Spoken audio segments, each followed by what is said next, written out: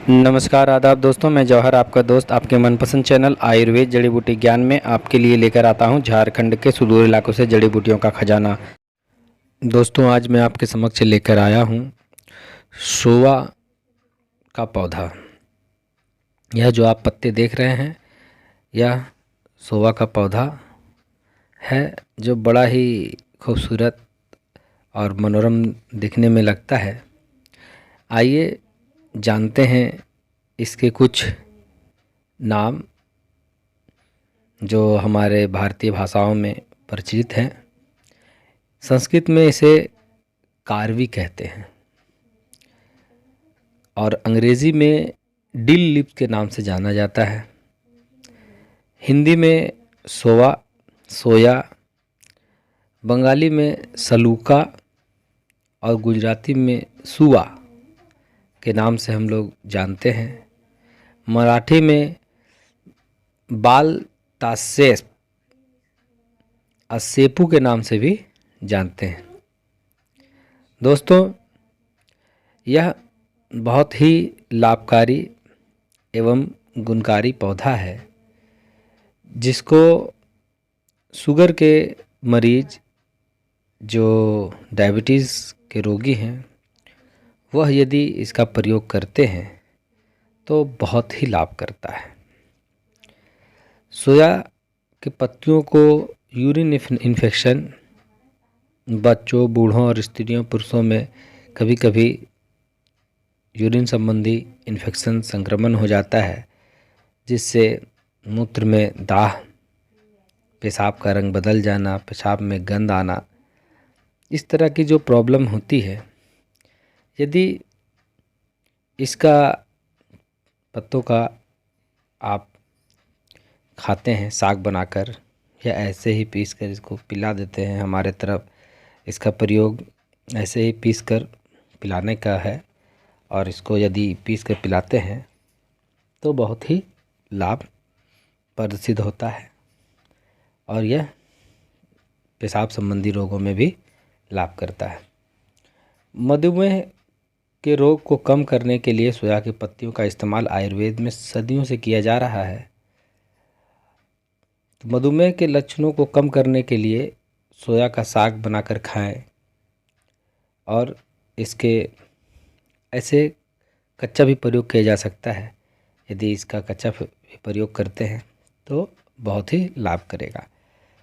यह जिनको नींद कम आती है, जो अपनी नींद से परेशान है, अनिद्रा का शिकार हैं, तो वह भी इसका प्रयोग करते हैं तो बहुत ही लाभ करता है। महिलाओं के पीरियड संबंधी रोगों में पीरियड्स को ठीक करने के लिए इस पत्ते का प्रयोग औषधि के रूप में किया जा सकता है।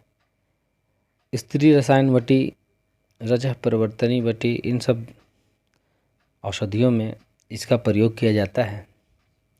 आप इसका प्रयोग कर सकते हैं और इसका प्रयोग कर हमारी माताएं बहनें जो मासिक धर्म की समस्या से जूझ रही हैं या जिन उनको किसी कारण से दिक्कत हो रही है, तो यदि आप इसका प्रयोग करते हैं तो बहुत ही लाभ करता है। ये आपके हार्मोनल इम्बैलेंस को भी ठीक करता है और आपके पीरियड्स को सुचारू करता है। पिंपल्स, दाने, फोड़े यदि शरीर में होते हैं, चेहरे पर हो जाते हैं पिंपल्स, तो इसके लिए आप इसका प्रयोग करें। पीस कर भी लगा सकते हैं पेस्ट की तरह और अधिकतर इसका आप साग बनाकर खाएं, बहुत ही लाभ करता है।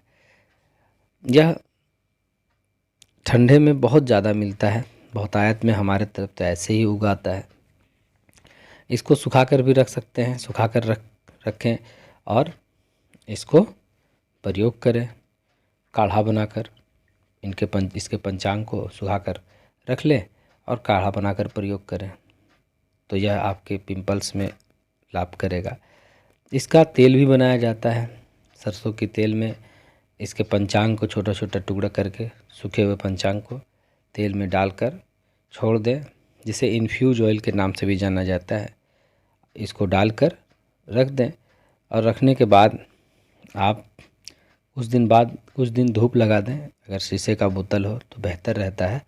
धूप लगा दें। धूप लगाने के बाद उस तेल का प्रयोग करें तो यह